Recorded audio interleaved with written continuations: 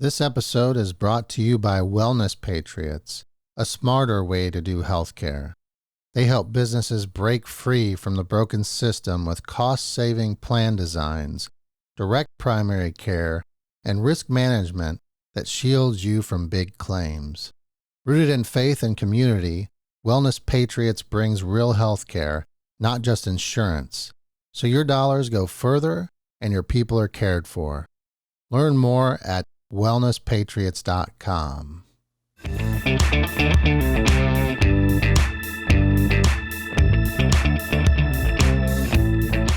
Today we're joined by a man who has already left his mark on Iowa in powerful ways.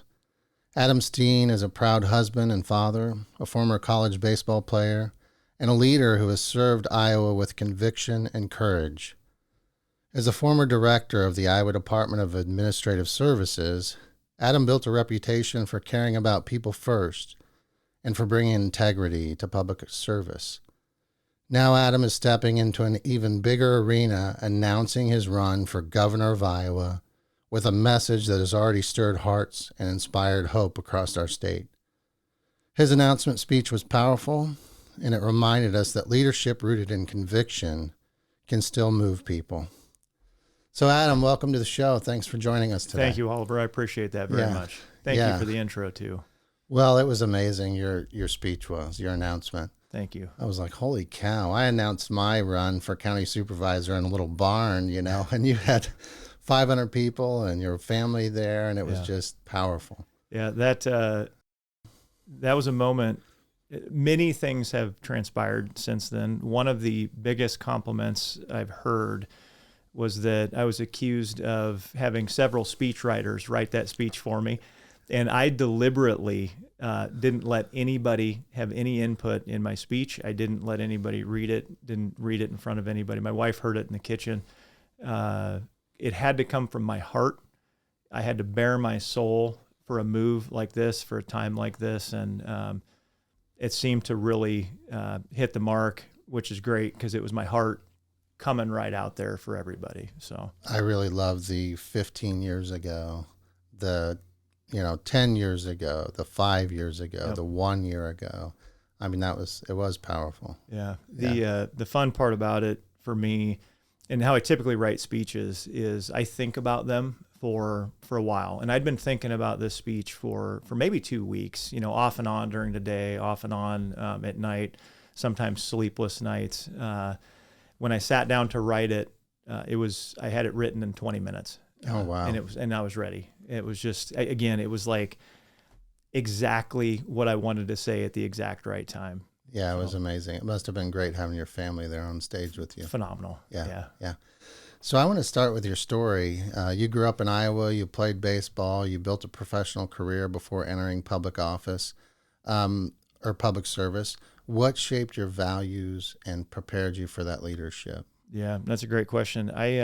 So I'm from Indianola. I was born in Burlington, basically lived in Indianola my entire life. And my family, growing up, my mom is what I would call just a hardcore Christian believer, and my dad for 50 years was an agnostic. And so as kids, my mom would pray with us at night, and one of the prayers we would have is we would pray that Dad would become a Christian and Dad would seek the Lord. And so for years, we'd pray that prayer. And then I ended up going to college in Minnesota State, Mankato.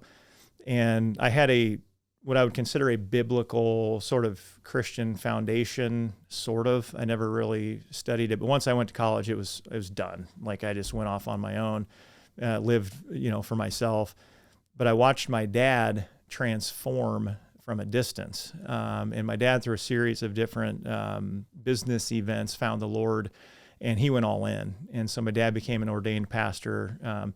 When he passed away from cancer 3 years ago, he would be on the couch praying, thanking the Lord for the good that was going to come of it, And so my foundation, my upbringing was very much seeing how a family split sort of in religion came to one agreement in religion and in Christianity. And then once I saw that from college, it took me going through my own breaking moments to about 30 years old when I recommitted my life to Christ, the 15 years ago part of the timeline speech. And that's through a whole series of ups and downs and all arounds and selfish decisions and bad decisions. But I had to hit my breaking moment, and watching my dad come to the Lord, seeing this guy I respected, sort of bolstered my my faith in coming to faith, if that makes any sense. Yeah. Yeah. How did that shape your leadership values? Yeah. So 15 years ago, and I'll tell you what, I'll expand a little bit. After the speech on the 19th, I had my first press gaggle, and I say this lovingly. They went right for my jugular right out of the gate. Really? Hey, Governor Reynolds didn't sign this, the eminent domain bill, it just like right for my throat. And I thought, man, we're already here. So I answered that. And then they said, how long have you been planning this? And I said, 15 years. And they looked at me and they said, what do you mean 15 years? And I said, well, 15 years ago, I recommitted my life to Christ, and I spent years planning and preparing for higher levels of leadership. And how I planned and prepared was I believed that the Lord was real. I sought everything he wanted for my life versus what I wanted for my life. And I started studying my worldview, became a facilitator of Del Tackett's The Truth Project. So I facilitated The Truth Project to probably 50 different groups over the last several years. Started studying my history, David Barton and American Heritage Series, started teaching those classes at the church. Started studying my faith, went to the Iowa School of Ministry here in Urbandale, became a credentialed minister in the Assemblies of God. And I just took that foundation of Christ is number one, I am second, and learned along the way what I needed to know to be a great leader. And I've just carried that through everything that I've done until today. And so in a shorter order, I told the Register and a couple others that through the preparation of the last 15 years, at the time, it seemed sort of sideways back and forth, but now looking back, it's a direct line to that moment that I recommitted to Christ, and it all makes perfect sense. I am exactly where I want to be, and I wouldn't look back at this point. Well, tell me about that moment that you recommitted to Christ. Yeah, so I was actually living in a one-bedroom apartment in West Des Moines on EP True, down, it's 55 something, anyways, in West Des Moines. And I'd been a pretty successful entrepreneur, had done a lot of different things in investment banking, created my own business, was doing a lot of speaking, training, kind of had the tiger by its tail. And what I decided to do, it was in July, I decided, this is, again, probably 15 years ago, I decided I was going to sell everything that I owned and invest everything into my business and build my kingdom even further. So back up just a little bit, I sold a house, I sold all my belongings, moved into this one-bedroom apartment, and I had roughly, 9, 10, 11 months where I didn't have to make any money. I could just build my own kingdom even bigger. And so I took a week off, and that Friday, the end of my week, I herniated a disc in my back in the gym, which flattened me. Literally flattened me. I couldn't move. I couldn't eat. I couldn't do anything. I hear you. I've been there. Sciatic nerve pain is right. the worst thing. And Right. I wouldn't wish it upon anyone. Right. So what happened was it led to multiple doctor's appointments trying to avoid surgery, ultimately led to surgery, ultimately led to me looking at my bank account, and I had no money left. I was done. I had zero money. I hadn't been able to do anything. I ran out of food. I had about 2 weeks until I was going to get evicted from this apartment. And, I could have called my mom. I could have called anybody, but I just had enough pride in me that I wasn't going to call anybody. And then I had enough pride in me that I wasn't going to take an alternate route versus trying to figure my way through it. And so I said, you know what, Lord, I believe you're real. I hit my knees. I lost it. I mean, I was bawling all by myself in this little tiny apartment. And I said, I believe you're real. I'm coming after you with everything I got. I'm done with my old ways. I want your ways. What I want doesn't matter. And I'm not kidding. The amount of unbelievable, miraculous things that started happening after that would blow your mind. I mean, my son, the other day he said "That's how God works, buddy" line, and it's just Right. we love that line. But I mean, I'm not kidding. It was just like transformative, and I started to get calls from different places. Hey, can you come speak here? Can you come speak here? And doors just opened, doors closed, and it put me on a path where I went, okay, I'm never looking back again. I can't. Like, this is so cool and so awesome. I met my wife. It's just been incredible the last 15 years. Now there's been challenges. There's been ups, downs, all arounds. I've been knocked down. I've been, scarred, but I never stay down. I keep going because I know that the Lord's in front of me. He's behind me. He's all around me. And I literally can walk anywhere with zero fear and zero doubt because of the experiences that have led up to where I'm at today. How did you meet your wife? Yeah, Panera Bread and Clive. Okay. It's a hilarious story. She tells it far better than I. And since I've got the mic, I can tell my version. Right, there you go. Yeah, I'll ask her later. You can ask her. She'll maybe correct a few things. But we had known each other in passing. She would say I'm way older than her. I'm like 5 or 6 years older than she is. So we would just see each other and just say hi. And then she disappeared for 4 or so years. And how she would say it was 11, 11, 11. And I walked into Panera and I saw her sitting there with her mom. And my version is she kept staring at me the whole time. Of course. Yeah, but maybe, I don't know, maybe I was looking at her. And so we reconnected, and I'll try to make this short but it's hilarious. So I was running a business at the time. I was kind of out of my, out of the funk, and I was kind of moving things forward. So I saw that she was an attorney. And so I thought, maybe I can get some business leads off her, maybe do a little networking and see if, Sure. She could pass business my way. And so I invited her to lunch at Granite City, which used to exist. And so we're sitting there, and in my mind the whole time, I'm trying to talk business and I'm trying to figure out, what type of lead she wants. She thought it was a date, and then realized how weird I was because I just kept talking about business, and she wanted to get to know me as a person. End of the lunch, I hand her a business card and we roll out, and I'm like, oh, it was a good, networking lunch. She's like, well, that's the dumbest date I've ever been on. It's just, and her version's hilarious because here's this idiot saying all these different things across the table. And she was like, well, so much for that guy. I saw her like 2 days later, give her a high five back at Panera. And she's like, nope, it's over. This guy, he's not the one, And so it just kind of spiraled from there in a good way. And it's been just a phenomenal journey. All right. Yeah, that's. I'll be anxious to hear her side of the She'll story. give a better version. Don't believe her though. How did you end up running the Department of Administrative Services? Yeah. Again, my wife will tell you the truth. So I was sitting at Sievers and Strege in West Des Moines, fee-only financial planning firm. I'd been there 3 or so years, maybe a little over 3 years, and I felt super comfortable in what we were doing. We'd gone through a whole rebranding, sort of a restructuring of the company, and the whole goal was to build it and grow it, which is exactly where, I sort of fit in within the business community. And my wife was down at the Capitol in 2020. She's an attorney, and it was a real estate sort of lobbying event. And she called me when she was leaving the Capitol. She goes, I cannot explain this, but I feel like you're going to be here soon. Like, I don't know what this means, but and she doesn't do that often. But I said, okay, that's fine. So that was February 12th of 2020. February 14th was that Friday. So Valentine's Day, right before COVID hit, a couple weeks later. And a call comes into my phone. It was a recruiter from Kansas. Her name's Kim Borchers. She said, hey, I called a guy in Illinois that knows a guy in Omaha that's in a Bible study with a friend of yours in Urbandale. They suggested you would be good for this position here at the state. And this is 2 days after my wife told me I'm going to be down there soon.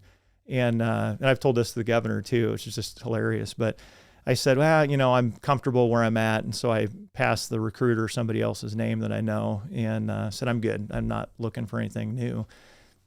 Recruiter's like, I don't think you understand the role I'm talking about here. I'm like, nope, I'm good. Gave her name. I go home and I tell my wife, hey, I got this call.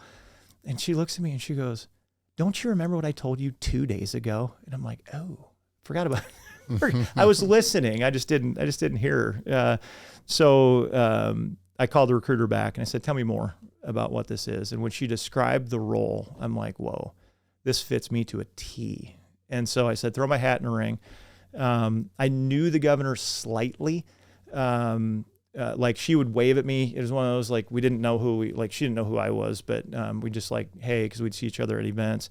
But I went through a series of interviews and then interviewed with the governor. She offered me the appointment, and the rest is history. So it was an awesome sort of moment. Interesting. Yeah, I had a text from somebody you work with this morning, and she said he was amazing to work for. On my first day, he shook my hand and said, "There's no such thing as work-life balance. Life comes first." He cared about us as people, not just employees. Everyone I've talked to at DAS says the same thing. Sad for DAS to lose him, but he sure has my vote. Wow. Yeah. Isn't that interesting? That's amazing. Yeah. Yeah. So how did you bring your leadership skills to that role? And tell us about the role. I mean, what does it mean to be the head of DAS? Yeah. Let me tell you my first day, and then I'll tell you what DAS is like, because I think this is hilarious as well. So my first day, I roll into the Capitol, and I don't know what I'm doing, where I'm going, trying to figure out what to do. So I'm waiting there for the former director to show up, and I think he hopped in my truck. We drove over to the Hoover building. He said, "I'm going to introduce you to your executive team." I said, "Perfect." So I walked down there, mind you, and I think I could admit this, before I took the role, I had no idea DAS existed. I had no idea. I just knew it was a cabinet level thing that deals with all sorts of problems every single day, and you got to solve problems, which fits me to a T. So he brings me into this room, and there's 6 or 7 people sitting there, and they're kind of staring at me in a schoolroom sort of setting in the conference room. And I turned around, and the former director that had brought me in was gone. And I looked at everybody, looked around, and I'm thinking, he didn't introduce me, didn't say anything. He just disappeared. It's like, he's no longer in this state, which is probably good for the state. But I'm sitting there, and I'm like, well, and I'd made a couple handouts. So I handed out a little agenda and these talking points, and I start talking. And I'm like, this and this, and here's my vision, and here's how I kind of want to do this. And then Charlie Cross in the back of the room, she runs all sort of major maintenance and construction for the state.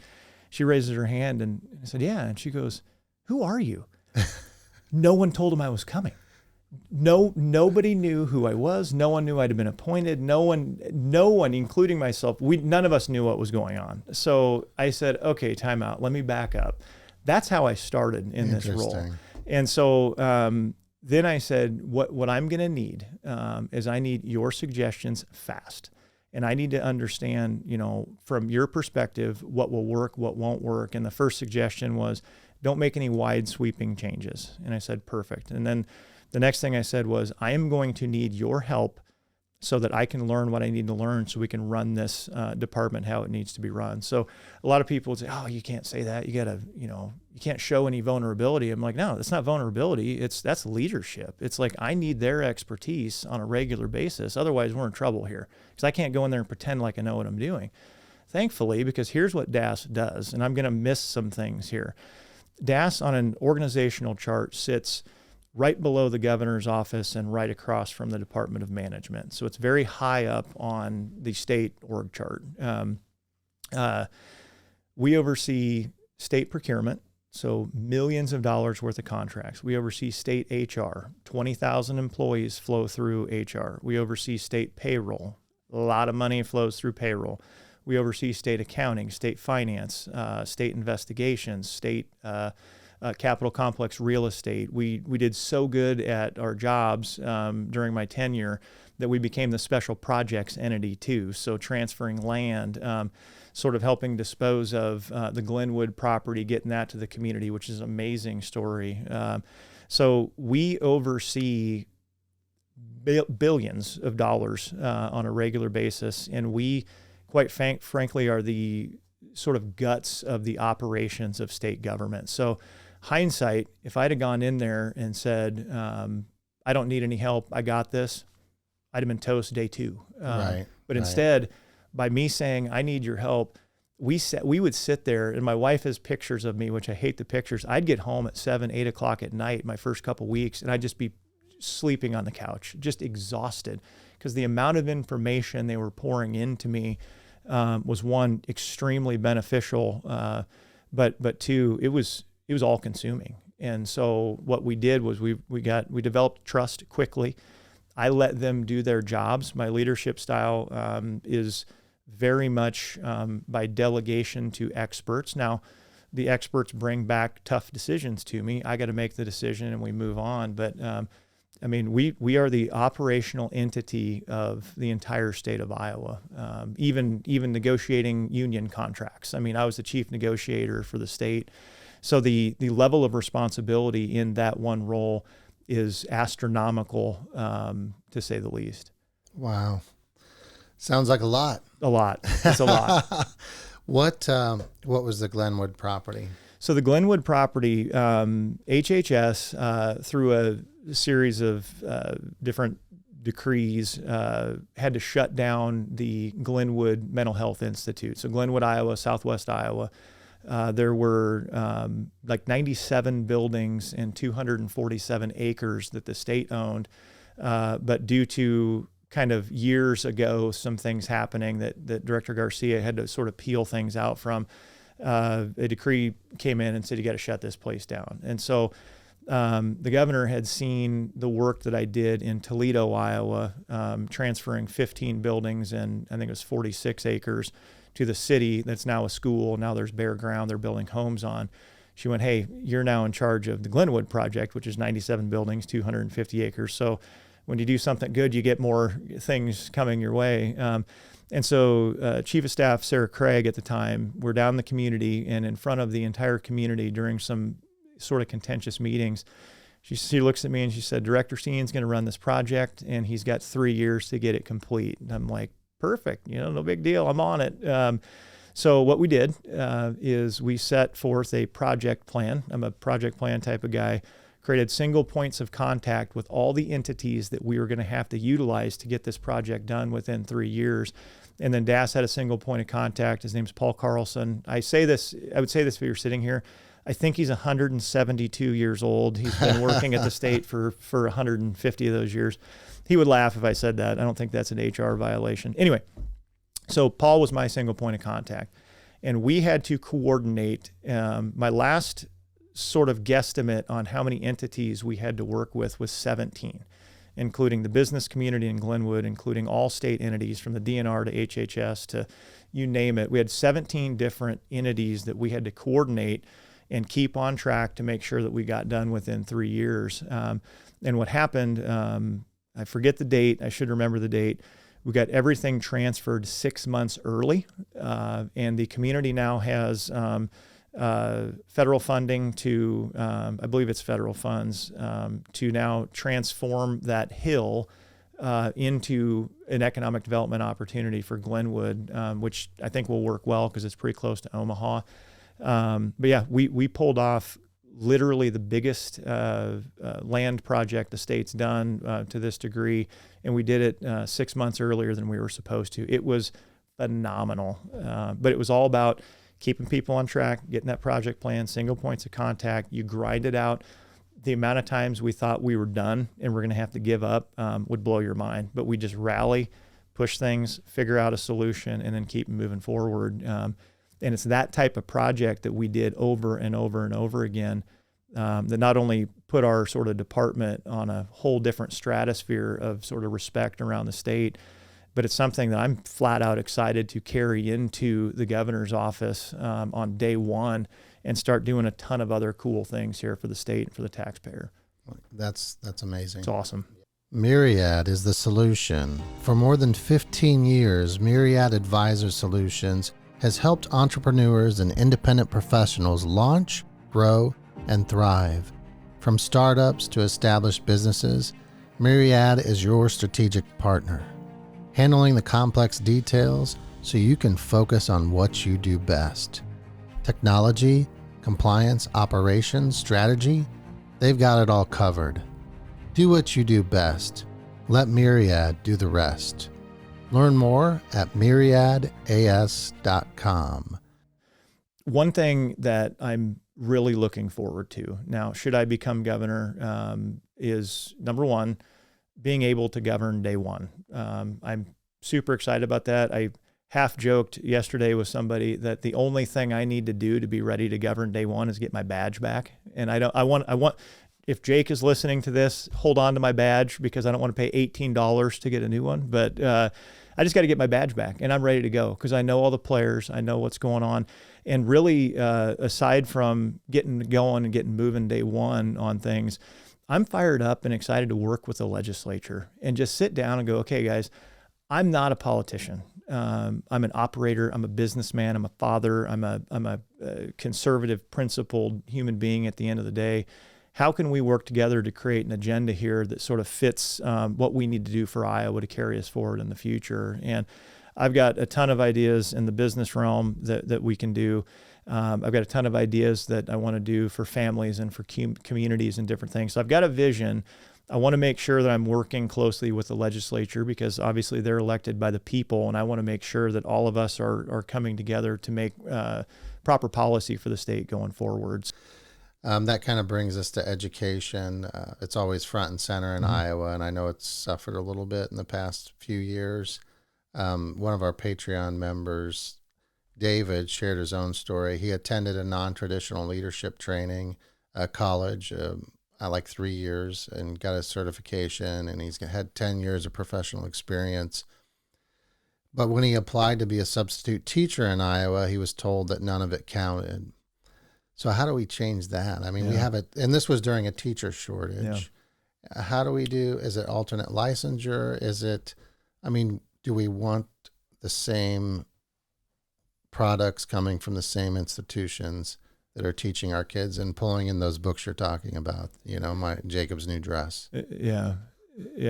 This is, I'm going to lovingly somewhat punt on that, but let me tell you why. So, part of my role within DAS is we oversee the classification system for state jobs. So we make the determination at DAS what minimum qualifications you need, what accreditation you need in order to qualify for certain jobs within the state.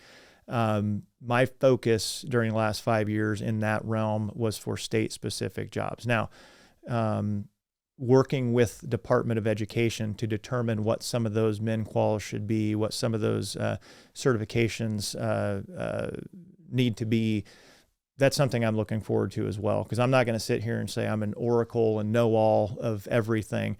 My leadership style is the experts need to come to me. We need to identify what it is we need to do, where we need to go. We'll develop a solution and we'll move forward. Make that decision. If it's the wrong decision, we'll adjust. If it's the right decision, we'll celebrate and move on to the next one. But those are the types of things that I'm looking forward to, what I would just call sort of expert collaboration with people who've been there, done that, so that we can make the best decision possible. And that makes sense. And the next question from one of our supporters was, why are administrative costs so high in Iowa schools, and how do we make sure funding actually goes to classrooms, teachers, and students rather than a swelling bureaucracy? Yeah. Again, I got to sit in one or two meetings, and I'm going to say a term that might spark some frustration, but I'm going to go there. The sort of early conversations about the AEAs and how sort of the top level was sort of bloated, this and that. Well, I've got a son, 10 years old, with special needs. He has Joubert syndrome. We've been using the AEAs since he was 4 or 6 months old. So the AEAs would show up at our house when he didn't know how to walk. It took him years to learn how to walk. Long story there, amazing, miraculous story. But I knew, based on talking to the AEA folks that would show up at our house, that if more money reached their level, they could hire more people and do a better job on the ground. That always kind of stuck with me. And then sort of being in that conversation, figuring out how to make sure that money flows from the top to the bottom, just in the AEA realm, was very interesting to me. And I think I'm excited to talk about that as well in the future with the legislature. I know we did some things, and I think it's an absolute right step. But as it relates to other schools, I mean, that's the AEAs. The other thing is the schools. Absolutely working with Department of Education, figuring out how money flows. I got to learn a little bit about just how complicated the money flow is behind the scenes. It's convoluted and complicated. I have no idea where that money goes and how it goes. I know others do, Right. and bringing Right. them to the table so we can say, okay, number one, is this overcomplicated? Is there something we can do differently here? Will probably be one of the first questions I ask them. And if the answer is yes, okay, let's clean this up. Let's make sure we know exactly where the money's going, exactly where it's stopping, and how to sort of remove that barrier so that the money can flow appropriately to where it needs to go. It's not a cop-out answer. It's a legitimate challenge that needs to be solved. But again, having my sort of project management solution-oriented processes in place, we'll solve them. I got no question about that. Right, right. And I know the legislation that came through at first, a lot of legislators didn't like it. And it took them a long time to come to come to an agreement and to transform that into the bill that they actually passed, which I believe there were lots of superintendents for it at the end, lots of legislators who were originally against the legislation that were for it at the end once they went through the process. It got there. And the beauty of that is I think that's a model for how to get there in other situations as well. Because again, I don't think anybody, knowing what I know about state operations and how things flow, there's nobody that can go in and just be the one that knows everything. And if they say that, I've not heard anybody say that, but if they did say that, it's like, no, you're a crazy person. But you have to find the experts. You have to figure out where you're trying to go, and you have to develop a strategy to get there. And that's pure collaboration 101. So I am going to ask you what the media did when they ambushed you. Which property rights, eminent domain, carbon pipeline. I mean, that's a hot topic. Yeah. I mean, it's easy to say, well, I'm for property rights, but how would you have handled the Summit carbon pipeline issue, the legislation that came from the House through the Senate? There's a lot of people that are upset about it. Yep. There's other governor candidates that you're, in your primary that are kind of standing on that, and that's kind of a spearhead of their campaigns. Yeah. Tell us about your stance on that. How would you have handled things? Absolutely. I will give you a quarter response for a nickel question here. Okay. But that's how I roll. Okay. So to back up just a little bit, the question of how would I have handled that, and I don't feel like this is an ambush, but it's a little bit that is challenging to answer because at the time, as the director of administrative services, I'm serving. The goal is to keep the state moving behind the scenes. So from afar, I got to watch how that unfolded. I didn't have any inside input because it just wasn't in my purview. I can say that watching the senators stand up and just say, "Hey, we're lockstep, lock in arms here. We're not going to do anything until this gets voted on," was super cool to watch from my cheap seats. So when the governor vetoed that bill, because I am in her office and support her and want to honor her absolutely all day long. I don't know the details that led up to that decision. No clue. And I'm not trying to cop out on that. I am a property rights advocate, private property rights, pro property rights, 100%. My family, we've got 3 farms in our family. 2 are my grandpa's farms, and then 1 is we've got joint ownership down in New Virginia. So the last thing I'm going to do is let any sort of private economic development entity take my farm through eminent domain or force me to do something through eminent domain. So that's essentially, in very much a nutshell, how I answered that question after my announcement speech. I support the governor in her decisions. I'm a pro-property rights guy. And of course, gets a little convoluted. People are like, so where do you really stand? And so in eastern Iowa the other day, I was driving down there and I talked to a representative who said, "Hey, we really like what you're doing. Where do you stand on property rights?" And I said, my question was, if you were me, how would you answer that question to let people know that you would never let eminent domain for private economic development use take your property? What would you say? And he said, I would say that if the legislature brought you a bill that very simply stated the following, then you would sign that day one. And so I get to the event, and there was 2 issues that were kind of percolating in the meeting. And the first one kind of dealt with children. And I said, hey, I'm I'm the guy that's under a lawsuit right now, so you can rest assured I'm going to protect your children. The other issue down there was eminent domain. And I didn't say it as eloquently as this representative, but I said two things with that. Number one, I am the guy that can govern day one. No questions asked. I can govern day one. And on day one, if the legislature brings me a bill that very simply states that there will be no private economic development, eminent domain use to take your land or force you to do something with your land, I would sign that faster than I jumped into this race. So I tried to make it abundantly clear. Right. Bring that sucker to my desk. We'll sign that and we'll put that to the side. Now, some people will probably, well, I still, no, I don't know how to say it any more clear than that. Yeah, that's pretty clear. I think so. Yeah. I mean, property taxes. I last year I ran for Iowa House and I knocked thousands of doors, and probably definitely the number one issue that people talked about were their property taxes. Mm-hmm. It seems that they've gotten out of control. What do you have ideas around that? How would you help to fix that? I know it's, we talk about local control, and then, we don't get anywhere with local control, with mm-hmm. mitigating that. Is there a way to re-envision it, to make it work better, to make it make more sense so people can, otherwise we're just leasing our property from the government at the end of the day, being taxed on unrealized gains, right? Yeah. So what's your stance on that? What do you know? Yeah, absolute. Well, I'd like to say I know nothing, but no, so here's where I'm at. And I made a comment to my wife not too long ago. I said, the issue for me, and I've said this for years, is if something hits the fan, at the end of the day, we never really own our property. With property, you never totally own. You pay off your loan, but you're still so what's the solution here?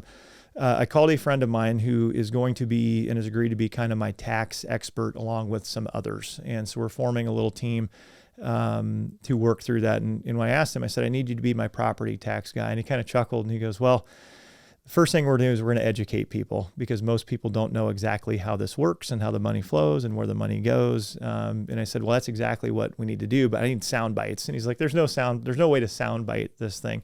So the bottom line is, from my perspective, absolutely property tax reform is needed. How do we get there? I don't know yet, because if you peel back the onion, I'm not going to defund the police. I'm not going to defund the fire department. If we lower property taxes, how do we make sure that those critical services are paid for? We do need reform. We do need something to be done. It's my understanding that there's some positive sort of movement happening right now, that we might see some good things happen in the legislative session this coming year.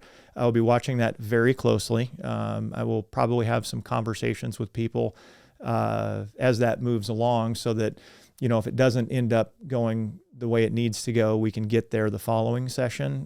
But at the end of the day, property tax reform absolutely needs to be done. You cannot, and I'll say this as not a property tax expert, but you can't just take it away. You can't just remove property tax and say, hey, there's now no more property tax, because that's going to break a lot of things around you. So I think that's probably irresponsible to do at the end of the day, but I do think it's needed. I do think experts will come to the table. I'm optimistic about this next session. If we don't get to where we need to go, we'll get there the following. Yeah, definitely. Do you believe that Iowa government is too top heavy? Where do you see the biggest opportunities to trim waste and make government work better for the people? See, you're going after my jugular right now. You know what I did for the last 5 years. Short answer, yes. I'm going to get skewered for that. We made unbelievable headway with alignment, like unbelievable headway. My team was the team that did all the technical work behind the scenes to make sure that we were able to go from 37 agencies down to 16. We did all the technical work. We did all the org chart moves and different things. So I know far too much about alignment in a good way. But what I said from the get-go with alignment was, my favorite part of this is that from top, the governor's office, top to bottom, all the way to the admin staff in my office, you can see exactly what everybody's doing, at what time they're doing it. It just cleaned everything up and gave you an unbelievable view operationally from top to bottom, where you can identify where even more efficiencies can be gained. So if this happens before I jump into office, I'll be excited. I would look at centralizing finance. I would look at centralizing HR. I would do some things within procurement that I think would save a lot of time. That's not a top-heavy move, but what that does is create more efficiencies, more, I'll just say alignment, but consistency in the way things are reported. Right now, if a CFO leaves a department, I'm getting way into the weeds here. So I apologize. Yeah, everybody's like, oh man, everybody's sleeping. But if a CFO leaves a department, my department comes in and helps that department keep their finances and budget afloat. Well, why do we have to worry if a CFO? Why don't we just centralize that so you've got a department doing it all? So there's just some simple things we can do there. From a top-heavy perspective, the last number that I was aware of was over 1,400 managers and supervisors within state government. I think that's too much.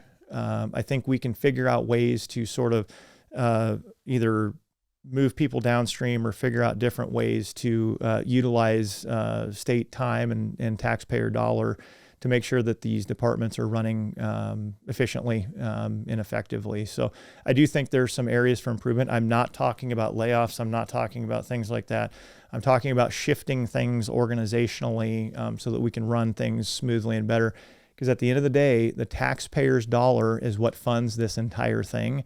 And if you're not getting the services that you are paying for, we got to fix that.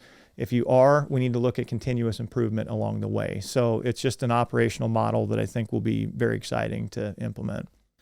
Yeah, and speaking of taxpayer dollars, ESAs, we met, I think, a couple weeks before you announced, and you had mentioned that you were for school choice, but I think there were some issues with ESAs, some of the details and how it flows. Yeah, and I've talked to a few people about that since that conversation, and all about school choice. I mean, I think there's a ton of opportunity there. We need to protect that. I'll be straight up. Frankly, if a Republican doesn't remain in office, we need to kind of be a little bit concerned about that. But I believe that there are ways to make that more efficient, make it a little more streamlined, make sure that we know exactly how and where the monies are flowing. This was, I don't know if it was the first in the nation type of a move, but we're definitely a front runner in that. And I don't think there's anything catastrophic or something that's like sort of a poison pill. It's the wrong term, but I just think there's opportunity to improve them. And I think we need to take a look at that at the end of the day, just to make sure that money's flowing, everything's great, everybody's fine. I mean, my department, state accounting is what I oversaw. We have to balance with the treasurer's office. So we work with them on a regular basis about that. So I know a lot of the weedy stuff that there's some things to just iron out and smooth out. But at the end of the day, there's always room for improvement going forward.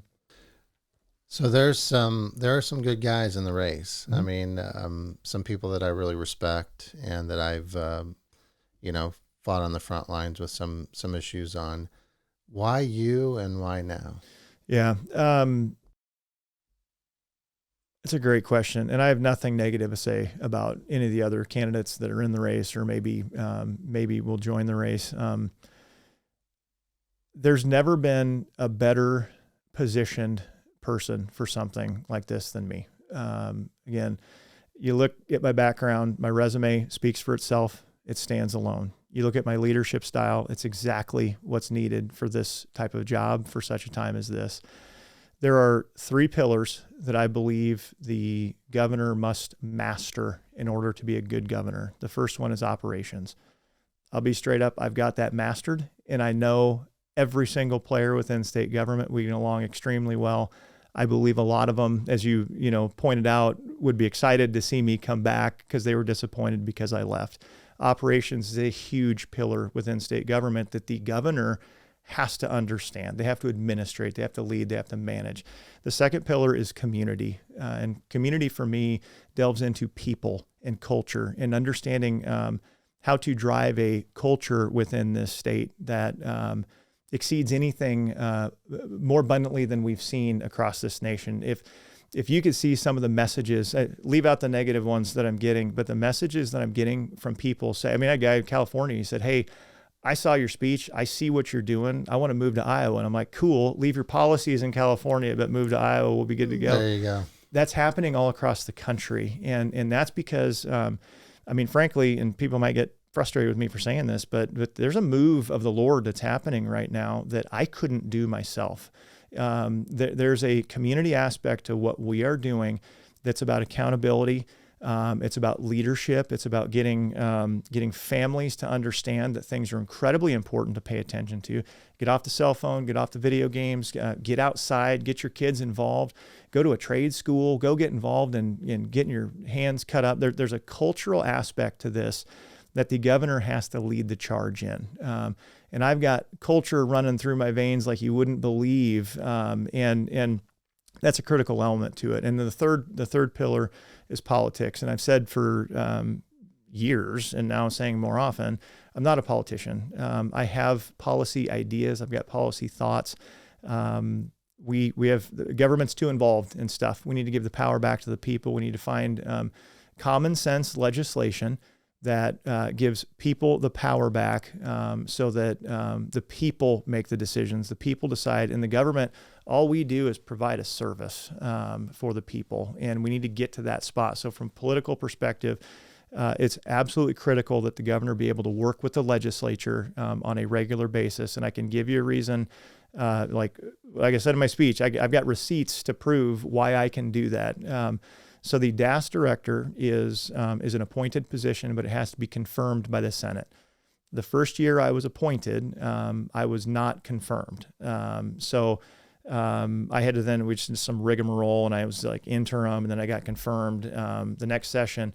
This last session, when I was appointed, I was confirmed 50-0 on block, which means that, which means a couple things. One, my controversial position that I am in, even after the satanic stuff, even after the drag show stuff, even after all that stuff, I was confirmed with a group of names because they said this group isn't controversial. We've got no problem with them whatsoever.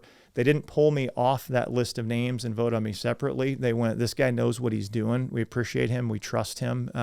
And that to me is absolute proof. All the Democrats and all the Republicans. Every single one of them, 50-0 on block. And it's my understanding, and I've not done the research on this, but it's my understanding that's never happened for this particular position in the history of state government. So I think that that covers the third pillar to a level of expertise that the first two pillars are covered as well. There's nobody better suited for this position than me.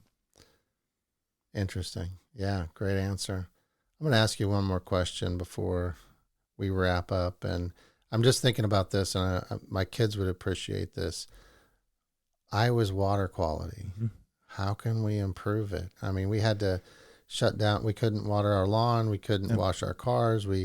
They were giving, nitrate levels, cancer rates in Iowa, maybe not, we don't know how they're connected, but there's some issues here. Yeah. So a couple things with that. And were you at Panera today when I was talking about this? I was not. I'm joking. Were you? I was. No, okay. I was literally talking about this. So I've had several conversations already with experts.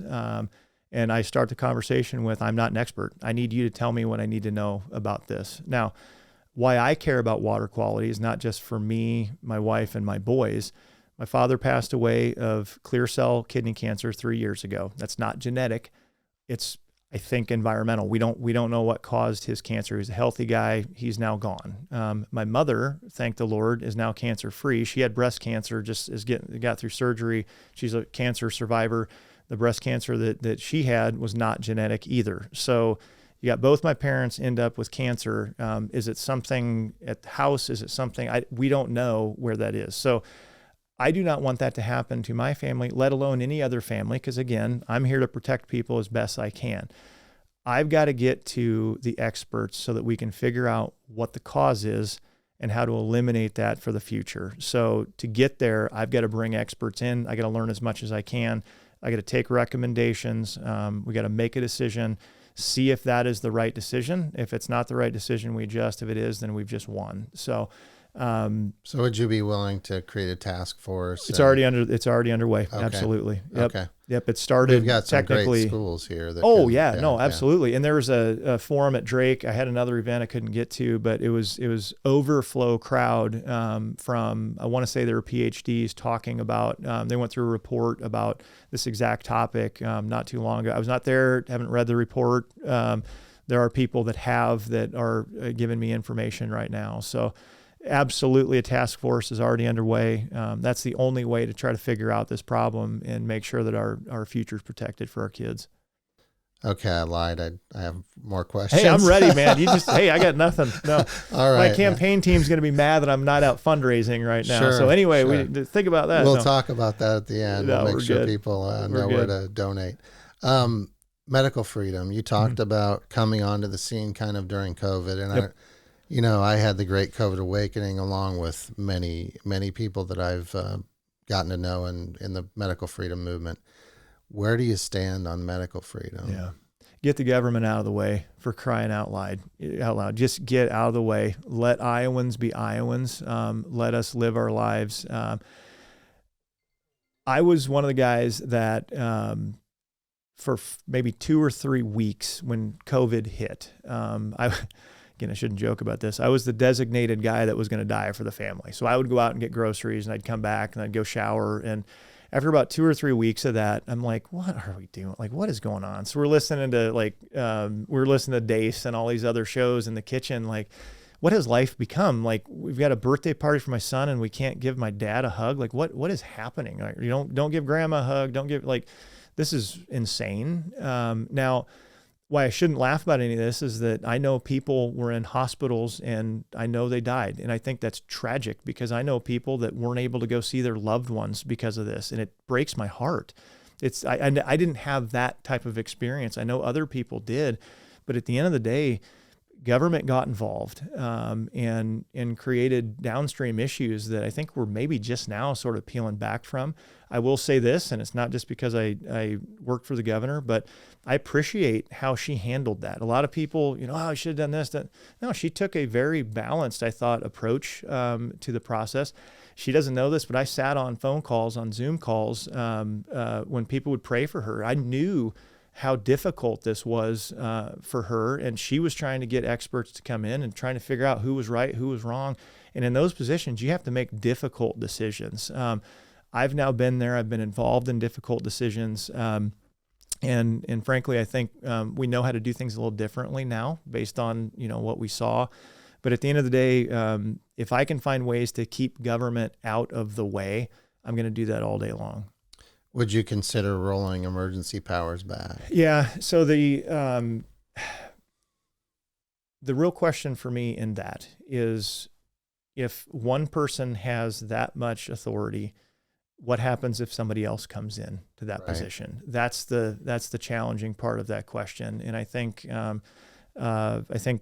where it stands absolutely needs to be looked at, because if someone else comes into that, like, I trust myself 100%, but if it's not me, it's not Governor Reynolds, who's it going to be? That's a problem. Yeah, definitely. Definitely. So your faith has been central in your leadership. How does your faith guide your decisions? And how do you see faith, family, and freedom working together to shape Iowa's future? Yeah, that's a great question. It's a lot better than the one I got yesterday when somebody said, well, you're just going to Jesus legislate or something. I'm like, what's that even mean? So bottom line, my faith is my foundation. And if somebody hasn't seen the video of the speech, my pastor, he and I did not talk about what I was going to talk about or anything. He gave an introduction that I wish I could have just plugged and played. People are like, we want to vote for that guy. And I'm like, oh, no, he's the wrong guy. No.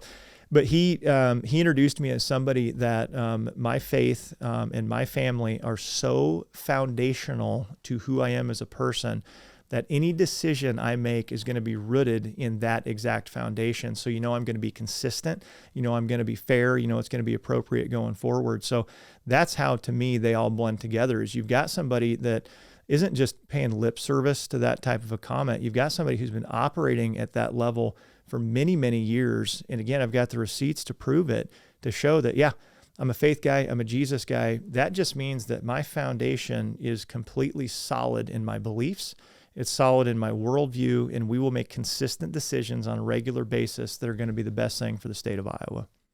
So people that are independents and soft Democrats shouldn't be concerned about you doing everything the way that you were asked on the other show or whatever. Yeah, no, I mean, no, they shouldn't be concerned at all. I know that's easy to say, but I led my department, and everybody, so my department specifically, depends on the day and the number, was roughly 350 people. And I had 9 direct reports, and everything kind of flowed from there. Now, 20,000 employees flowed up through my department. So there's a lot of culture building that I can do in that position. Almost everybody knew that I was a pastor. I would say that in different employee events and different things, just so they knew who I was. I never forced anybody to believe in what I believe in. But what I found, and I'm not going to ask you who wrote that, but there were times that some of our custodial staff would come into my office, and they'd kind of be messing with one of the clocks, and you could just tell, like, what's going on? Like, what's going on? Right. And so one of them, Jim, he goes, "Hey man," he goes, I heard you're a pastor. And I'm like, "Yep." And he goes, kind of going through some stuff. He goes, "If you see me holding my cross necklace, it means I'm kind of in trouble." Now, this is a guy who is emptying garbage cans and cleaning toilets. His name's Jim. He's now moved to a different part of the state. Phenomenal dude.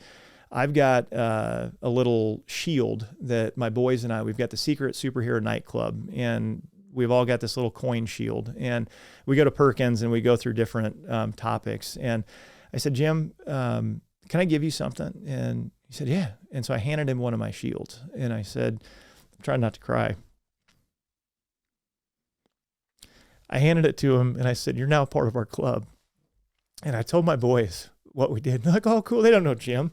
But I would see Jim, Jim Hershey is his name. Jim, if you're out there, man, I think he moved up to Buffalo Center. I don't know. I hope he's doing all right. But we would see each other, and we'd talk, and we'd laugh, and he'd share stories. And he'd tell me if he's doing good or if he's doing bad.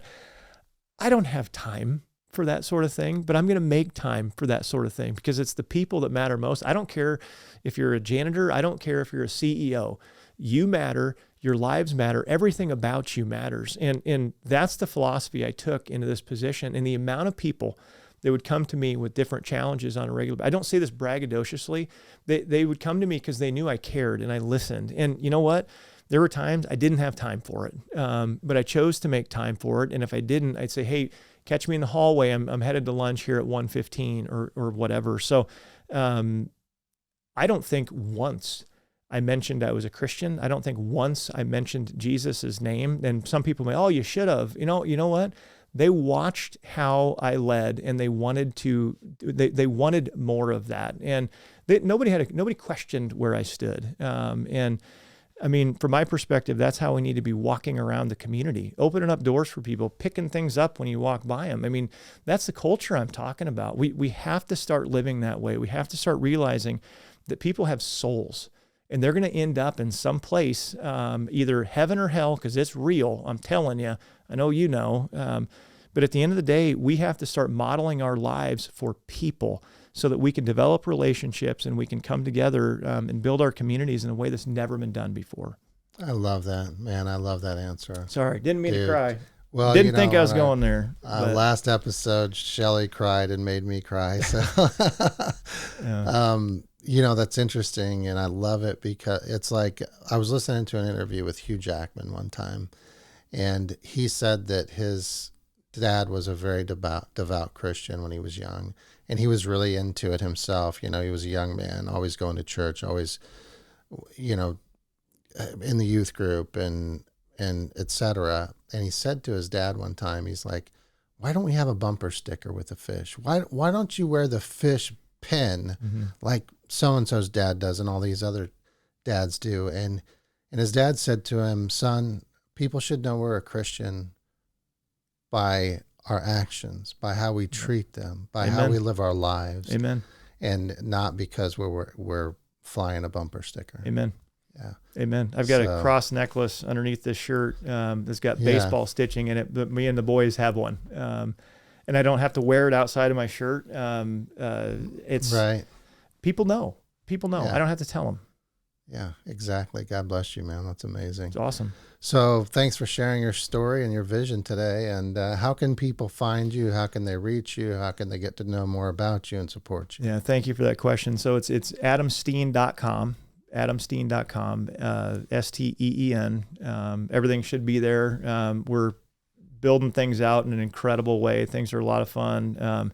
Yeah, you can go there. We're on Facebook. We're on Twitter. We're on Instagram. I don't have all those handles. I can get those to you. Right. Yeah, send them to me. Yeah. We can put them in the description. Yeah, but adamsteen.com. Would love to have the support. Would love to spread the word. And Oliver, I'm just super appreciative for this opportunity. So thank you. Yeah, thank you. And if you're listening now, you can support us at patreon.com/Oliver Bardwell. If you like what you're hearing, tune in. So God bless you all, and God bless you, Adam. Thank you for coming today.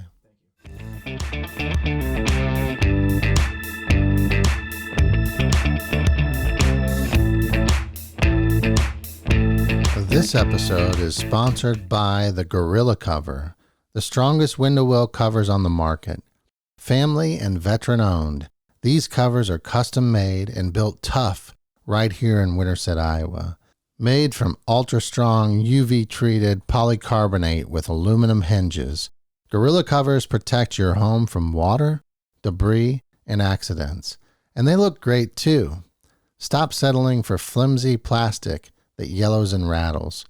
Call 515-462-2170 or visit thegorillacover.com today to get your free estimate. Built American tough. Built Gorilla Strong.